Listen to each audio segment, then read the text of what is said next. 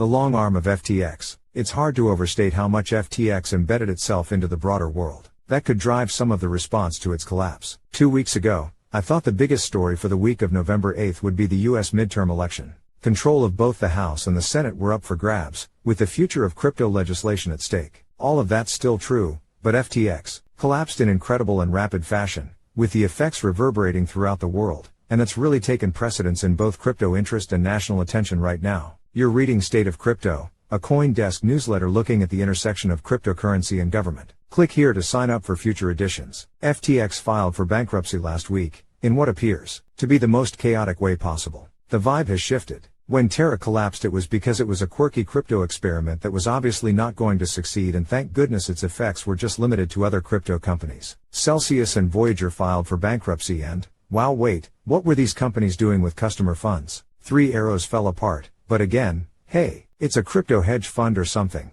The broader world isn't going to care. FTX is something new, partly because of how ridiculously this whole thing fell apart, partly because of just how insane some of what's been reported seems, and largely because of how much FTX tried to become a part of the broader world. Everyone is paying attention. That's going to lead to some interesting outcomes in the fallout. I'm going to quickly recap what happened. For those of you who have not closed Twitter in the last 170 hours or so, feel free to jump down to the next subheading. On November 2nd, my colleague Ian Allison published a report revealing that much of the balance sheet for Alameda Research, a quantitative trading firm, was composed of a large amount of the FTT token, which is issued by the cryptocurrency exchange FTX. Alameda and FTX share the same founder and ownership, so this immediately raised some questions about the figures these companies were reporting, and in particular, whether this meant that either company had all the funds they claimed. Sam Bankman-Fried, the founder in question, took to Twitter to reassure investors that everything was fine. A few days later, he and Binance's Changpeng Zhao announced Binance would acquire FTX. Then CZ pulled out. But FTX US was still fine, Bankman-Fried said. And then on Friday, FTX Group filed for bankruptcy, including FTX US, Alameda Research and, bizarrely, a bunch of companies that weren't actually under the FTX umbrella and were quite surprised to discover they were listed. A leaked Excel spreadsheet reported by the Financial Times suggested FTX had less than $1 billion in assets, against around $9 billion in liabilities, and was written in such a way that Bloomberg's Matt Levine possibly went insane. The bankruptcy filing was chaotic, to say the least. At the time of writing, we still don't even have a full bankruptcy document. We just have the top sheet where FTX says loosely how many creditors it has, over 100,000, and checks off ranges for its assets and liabilities, $10, $50 billion for both. Editor's note: FTX, Alameda and the various companies finally began filing more information late Monday night. Click here for more. The sheer insanity of what happened was perhaps driven home late Friday night, when after everything else, the exchange was hacked. This story has naturally drawn mainstream attention from around the world. My friends have asked about it. My parents have asked about it. My parents' friends have asked about it. And that is just one of the reasons why it's worth exploring just how deeply entrenched FTX became over the past 2 years or so. Sheer scale. It would be difficult to overstate the reach FTX had. Bankman-Fried was a major political donor over the past 2 years. He donated millions to the winning campaign of now President Joe Biden in 2020. He donated to primary candidates and lawmakers from both parties this year. Some of these lawmakers are already starting to announce they'll donate the funds tied to Bankman-Fried. CoinDesk continues to reach out to the rest. GMI PAC, a political group backed by Bankman-Fried, saw 19 candidates it backed win.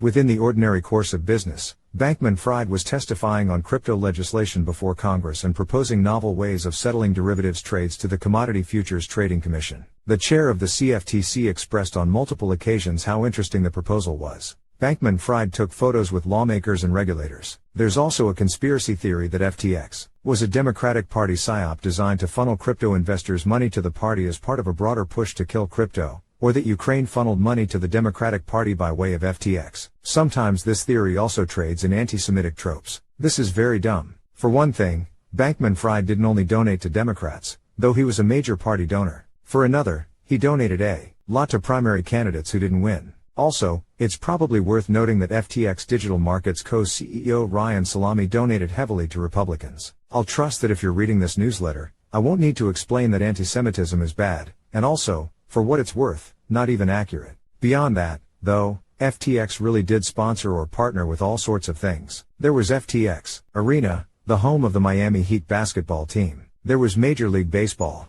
where every referee had an FTX patch on their jerseys. There was the Ukrainian Ministry of Finance, which FTX helped funnel donations to, a Formula One team.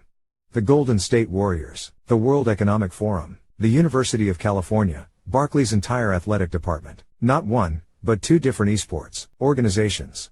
If you went to Boston, you saw FTX signs on the street. If you went to the Bahamas, you could attend multiple conferences with FTX branding. The company really was everywhere. That's a lot of normies who saw the name or logo somewhere, even if they didn't follow the crypto sector all that closely. FTX worked with companies to issue Visa debit cards. Bankman-Fried had a sizable stake in Robinhood, and former world leaders and luminaries took the stage with him. And this doesn't even get into all the venture capital firms and others who invested in FTX. A lot of these groups are now starting to cut ties with FTX. Unlike the Nationals Terra deal, it does not appear that many of these sponsorships were prepaid, meaning those groups now have to find new sponsors. And as for the rest of these companies or groups, I'd imagine they're going to be cutting ties, and then the non-crypto folks are going to be asking, how did a company with apparently no internal controls come to occupy such a large space in the world, and B, what will regulators do to prevent this from happening again? The backlash is going to be severe. I spoke to several lawyers and DC insiders about the situation last week as things unfolded. One thing that's clear, lawmakers are paying attention.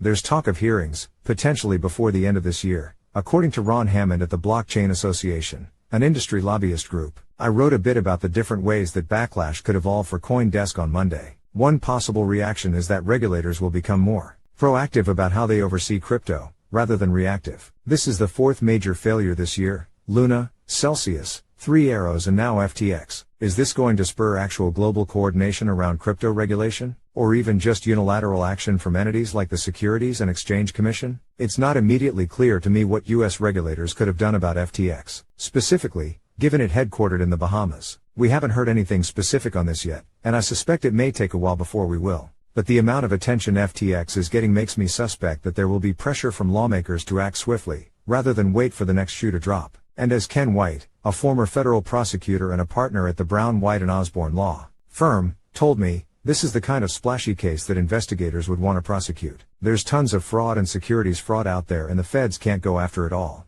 The things they go after tend to be big in numbers or splashy or somehow sexy and high profile, he said. This is all those things. A huge amount of money, it's very public, it involves exciting new technology and new ideas and all that. It's exactly the type of case that the feds would invest resources into going after. On the other hand, the financial shock appears to so far be contained within the crypto ecosystem. One issue several regulators had warned about pre-FTX was the possible contagion risk posed by crypto becoming a part of the broader financial system. So far, that hasn't happened yet. That could blunt the regulatory response somewhat. On another note, there is no way to succinctly sum up the sheer amount of coverage CoinDesk has published over the past week and change. Click here for a list of all our recent stories. Fresh off the news that Democrats would retain control of the Senate for the next 2 years, U.S. President Joe Biden has nominated acting Federal Deposit Insurance Corporation Chair Martin Grunberg to a full term helming the agency. Senate Banking Committee Chair Sherrod Brown, Democrat Ohio, praised the move. House Financial Services Ranking Member Patrick McHenry,